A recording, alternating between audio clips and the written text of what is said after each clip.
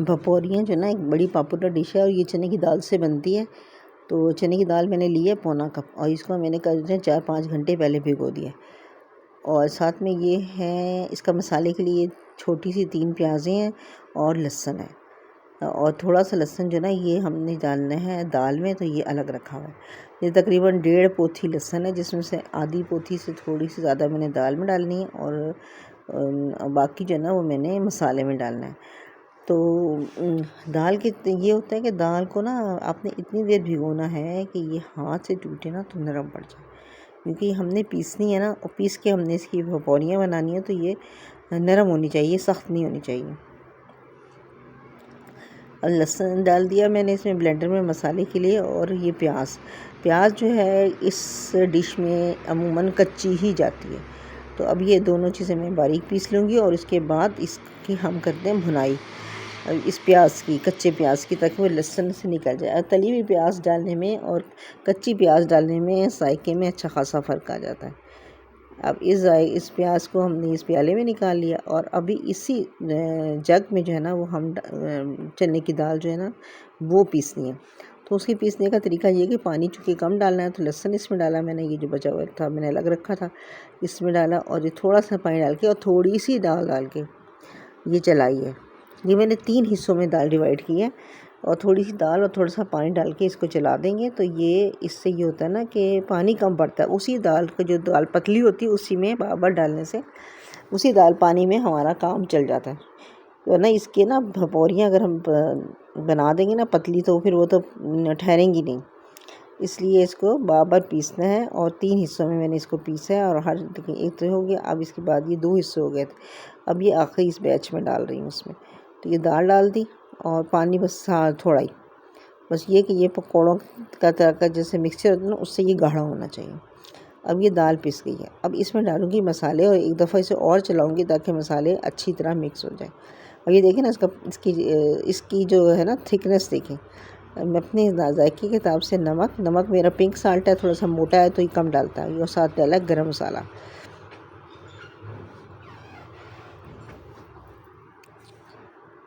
ये मिर्चें, सूखी मिर्चें पिसी हुई या साबित जो वो डाल सकते हैं, कुटी हुई।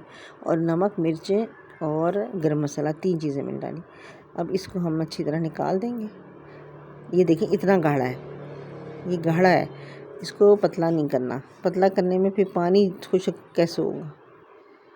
अब ये इसको निकाल दिया। अब ये मेरे पास स्टीमर है।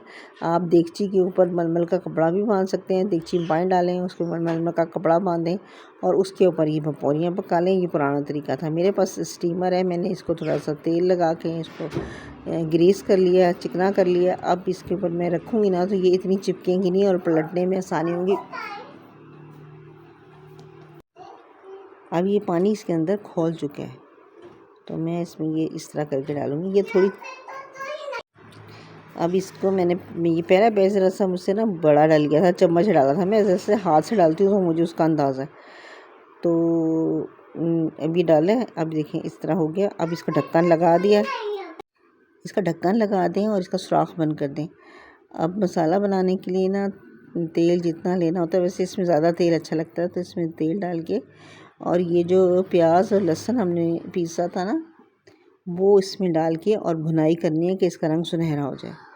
और इतनी देर में ना, ये जब तक मसाला बनेगा इतनी देर में हमारी भपौरियाँ भी पक जाएंगी। अब जो इसमें लगा रहेगी ना जग में, ऐसे थोड़ा सा पानी डालेंगे और ये पानी निकाल लेंगे इसमें अच्छी तरह हिला के, और इसी में नमक मिर्च मिला लेंगे। ये ज़ाया नहीं होगा इस तरह, और दूसरे सालन अच्छा गाढ़ा हो जाता है, वरना सालन ना गाढ़ा नहीं होगा। इसी पानी में मैंने नमक, मिर्च, हल्दी, धनिया और गरम मसाला डाला है। जायके के हिसाब से नमक और हल्दी आधी चम्मच। इस सालन में गरम मसाला जो है ना वो मसाले में ही जाता, बाद में नहीं जाता। अब ये गरम मसाला थोड़ा कम, क्योंकि हमने आधी चमची से कम है। धनिया 2 चमची, हमने गरम मसाला उसमें भी डाला था ना भपौरियों में, तो बहुत ज़्यादा नहीं डालना। ये गोश्त का मसाला तकरीबन जो बेसिक मसाला होता है मसालन का, ये वो। अभी देखें भपौरियाँ एक तरफ से पक गई हैं। इसकी निशानी ये है कि ये आराम से पलटी जाएंगी। ये देखें इस तरह पलट देते हैं इसको, सारा इसको पलट देते हैं। और फिर इसका ढक्कन लगा देंगे ताकि ये एक दूसरी साइड से पक जाए। अभी देखिए ना, अगर ये कच्ची होती ना ये टूट जाती। ये बहुत आराम से पलटी जा रही है, साबित है, इसका मतलब है कि ये एक तरफ से पक गई हैं। उसके बाद ये इस तरह सारी पलट के और फिर दोबारा ढक्कन लगा दें और ढक्कन का सुराख बंद होना चाहिए ताकि ज़रा जल्दी पक जाए।